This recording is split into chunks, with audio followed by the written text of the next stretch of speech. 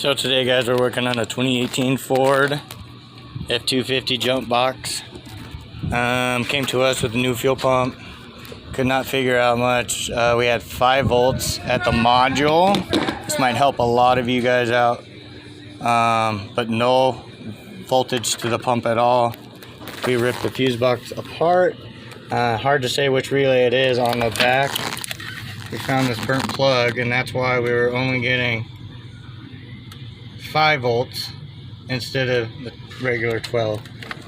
It comes with a built-in little box with relays, so it's probably gonna have to be programmed by Ford. But anyone having a problem, that's where we would check. If you power up,